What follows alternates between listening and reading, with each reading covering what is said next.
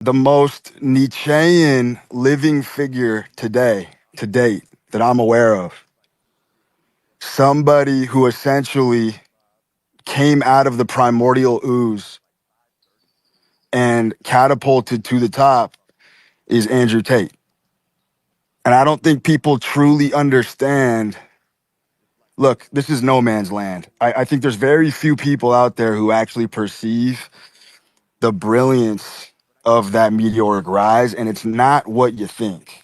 I have been able to pinpoint one quality, one attribute that gave Andrew Tate an open lane to the top. And when I tell you open lane, what I'm really saying is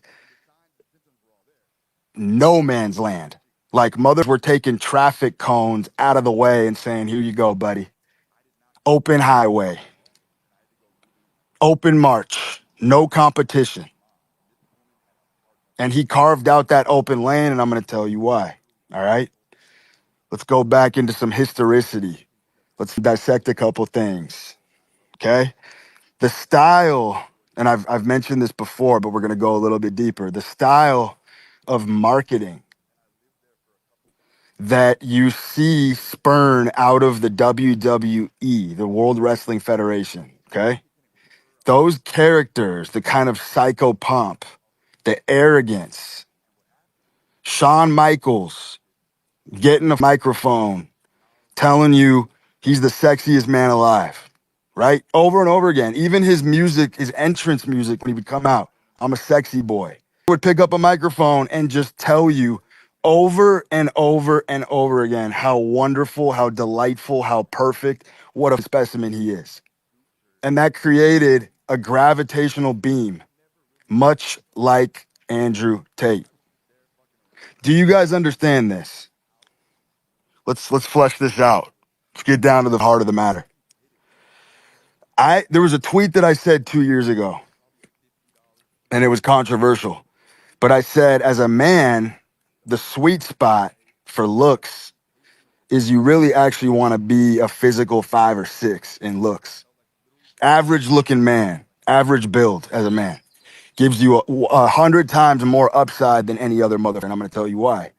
Andrew Tate is objectively not a classically handsome guy at all. At all, not by any stretch of the imagination.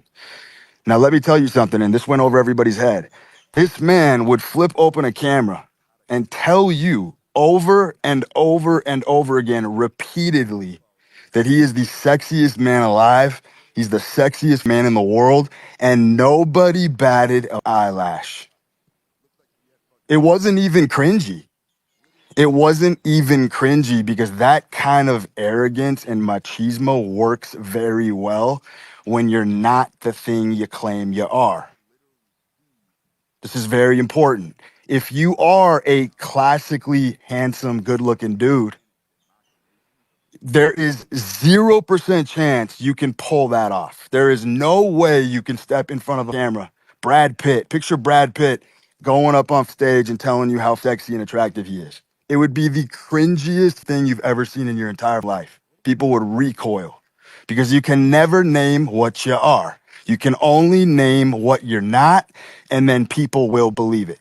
That's one of the most strange paradox of life. If you are genuinely a terrifically funny individual, don't you dare tell anybody that you recognize that's true. If you're a good looking motherfucker, don't you dare let anybody know that you are aware of that quality. Because as soon as you showcase awareness of the things that are working for you, it gets beyond cringe. Beyond. And this is why these less aesthetically attractive men have territory in the confidence game. Because you have way more leeway, you have a much longer leash to brandish pomposity. You can be absurdist, you can be totally surreal, and people are going to be like, who the f- is this guy? It creates a gravitational pull. You say these things enough times, you know what I'm saying? An ugly mother can actually get on camera and tell you he's the sexiest man alive. That phenomenon is rarely going to get challenged because it's so absurd. It does something to the human mind. It melts something away where you just kind of, you know, it's not true on the surface, but it drills in a deeper department. It just does. It has that unique quality. And so the good looking mother, the reason why I've always said being good looking as a guy, too good looking, I want to say, is a curse, is because arrogance hurts you bad when you're a good looking dude. It hurts you. You gotta actually learn how to tone it down. Juxtaposition, as I always say. If you're good looking, you got to do the opposite. Now, what really works for good looking motherfuckers is to be the bad boy, be the tough guy. You know what I'm saying? Pretty boy exterior, but internally a monster, internally a beast. You know what I'm saying? I mean, look, there's no coincidence that the reason why Brad Pitt was heralded for his role in Fight Club is because he was a good looking bad boy. So again, flirting with juxtaposition. You don't expect a good looking mother to be walking in the pit, trading punches, putting that pretty face at risk. That's very unusual because most pretty boys are afraid to get their hands dirty. So you see how life works? You go the opposite direction of what you were blessed with. Now, let's talk about something. The most powerful quality, hands down, the most magical, majestic, powerful quality. There is nothing even close to this. And it goes back to my first point about creating reality is learning how to brainwash yourself, learning how to brainwash the out of yourself. Andrew Tate got up there and told you he's the most successful, badass, handsome, sexy, attractive mother in the world. And he did it hundreds and hundreds and hundreds and hundreds of times on camera.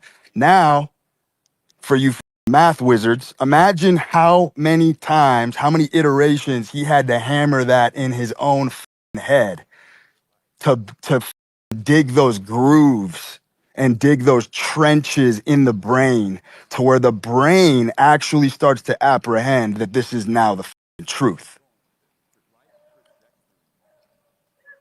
Brainwashing yourself. There is zero downside to brainwashing yourself.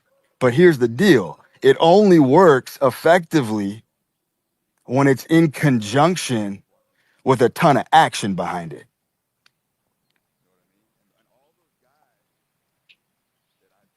That's the magic right there.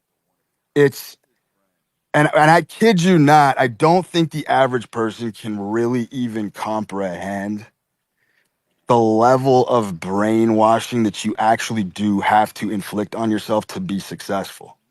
It's a 24-hour job, and I'm telling you, the minute you take a break or a breather and you stop bombarding yourself with these thoughts, you literally backslide and lose all the progress that you made. And you could do that in a day.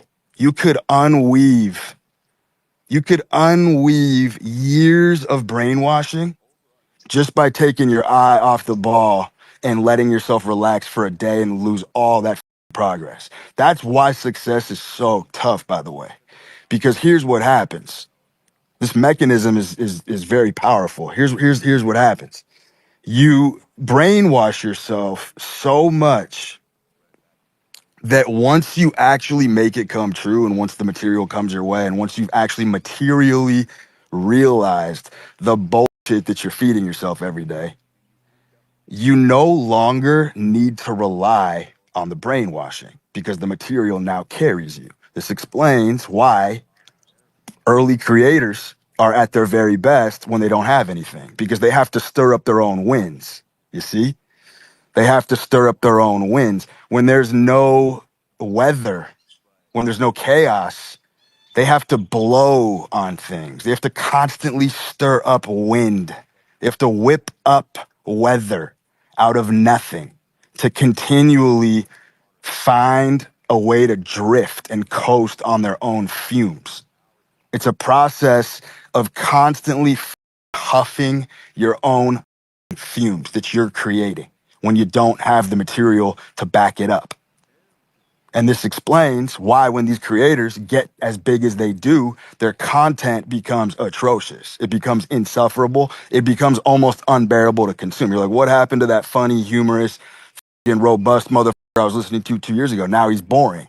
Well, yeah, because he doesn't have to brainwash himself anymore. So the performance is going to drastically suffer.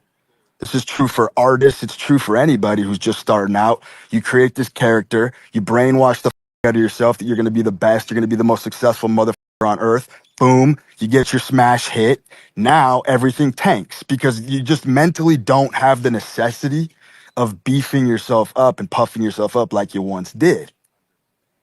And this is how the world functions. This is how the male mind functions. The ones who can use their mind as a battering ram to effectively block out anything but the idea that you are the greatest in the world. You are royally anointed. You are royally anointed. You are hand selected. God has a photo of you on his dresser. Before God sleeps at night, he pulls out a locket and fucking looks fondly upon a photo of you. Until you start to believe that in your own mind, reality will not be in congruence with that. And I'm here to tell you that this is an inescapable thing, especially if you started as a nobody and you're invisible.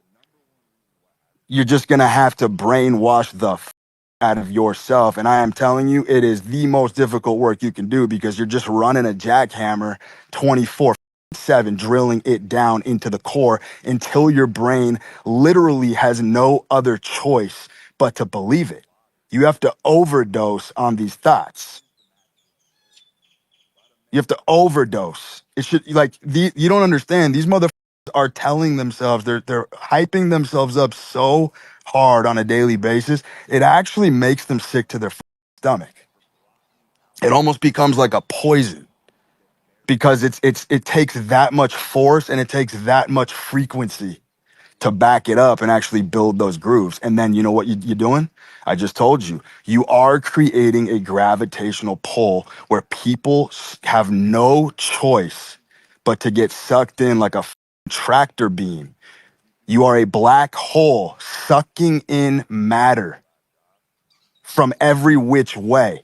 And look, because this is such a flamboyant way of doing it, you're gonna suck in a lot of junk into the black hole, right? A lot of debris, a lot of detritus, a lot of junk is gonna get sucked into that gravitational pull. And then you, as the artist, have to rearrange that junk and turn it into an empire.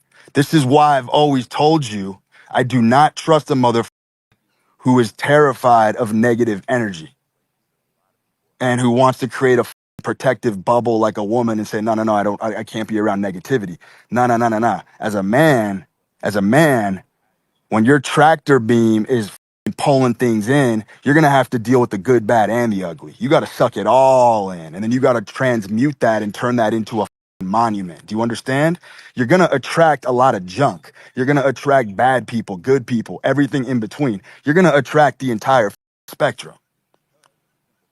And you're a junk builder. That's what you are. Tate did it. Alchemy. Suck in a bunch of junk, attention from all directions, some of it negative, some of it positive. Boom. Strap it all together, stitch it together, erect it, turn it into a empire, put a bow tie on it, present it. It's a wrap, fellas. Game over. That's how you win. And now a guy like Tate, the reason why you don't see that phosphorescent sort of machismo, the reason you see it's kind of dialed down a bit is because he actually walked his way into the truth. So he's got the material backing now. He doesn't really, I told you, necessity is the mother of all invention. Prior to that level of success, he had to do this. But now that he's got all the material to fall back on, it's just not a need anymore. He doesn't have to be that character. You know what I'm saying? It's like you're kind of going to fall, you're going to come back to earth a little bit and go back to homeostasis. Now, I will say this, and this is the most impressive figure. Look, there's an impressive figure that's living on planet Earth right now. I don't think this guy gets enough credit, but I don't see a human being who's currently living that's more powerful than Vladimir Putin. Arguably, he is. Putin is 100% the richest man walking the face of this planet. There's zero question. You want to talk about unlimited financing, unlimited power? That motherfucker could buy 3 Lear jets every day until the day he dies, every day. And he's it's never gonna decline. He ain't gonna get rejected. That motherfucker, I'm not joking you, has unlimited financing. He has a level of power that is so unnatural and so hard to wrap your mind around that it'll almost blow a fuse trying to comprehend how powerful that guy truly is on every level. On every level. And I've said this before, and this is what's interesting about Putin to me. Look, if there was a way right now, and most of you would take this Faustian bargain, if I could tell you tomorrow morning you wake up, you will have access to any woman on earth that you damn well please. Unbridled access to any woman on earth every day you wake up the rest of your life. You can live in any house, any house that your heart desires, you are welcome to live in. You can drive any car. You can have any food. You can have anything delivered. You can have absolute, unvarnished, unobstructed, uncontested power the rest of your life. I kid you not. After about 3 days, you'd want to kill yourself. You'd want to blow your brains out from having that much power and those kind of options. Shows you how powerful life is, eh? Shows you that it truly is, at the end of the day, a game of tug of war. It is a tug of war. You know what I'm saying? You don't want that kind of absolute power. And it blows my mind that a guy like Putin actually does have that. That motherfucker literally, you want to talk about the limitless pill? He's likely the most powerful person on the planet. And I guarantee you, in the wintertime, when that motherfucker steps out from the Kremlin, wherever the fuck he lives, and he looks off into the wilderness and sees one of those Russian timber wolves in the winter hunting, stealthy, lean, emaciated, hungry. I guarantee you there's a part of that dude that's like, man, I want to go back to that. I miss the days where I was running lean because I was hungry, where my rib cage was jutting out a little bit from my skin because I was starving. That's why I said reality is a disc, because everything is circular. The cycles are 100% circular. You could be at the top one moment, but if you shift just slightly to the right, you know what I mean? You're spiritually homeless. And I believe a guy like Putin is craving to be spiritually homeless. But then, it's like you get to that level, and what you're now doing is you got to erect different mental prisons just to keep yourself sane. You know what I'm saying? Like there are very few downsides to the situation that he's in. Number one, motherfucker cannot leave the country ever. He's 100% stuck there. Number two, he can never choose to step down from power, or he's a dead man. And that's why they say heavy is the head that wears the crown, because that mother truly has to construct now and look, this is what's another interesting facet. This is where discipline really comes into play. Discipline comes into play at the top when you have a gigantic, colossal plate of responsibility. This is where discipline really saves your life. There is no doubt that the level of frame and state control and self-control that man has to have is otherworldly. It's eldritch. Because if it wasn't, that motherfucker literally wouldn't be able to get out of bed every morning with the limitless options that he has. It's absurd.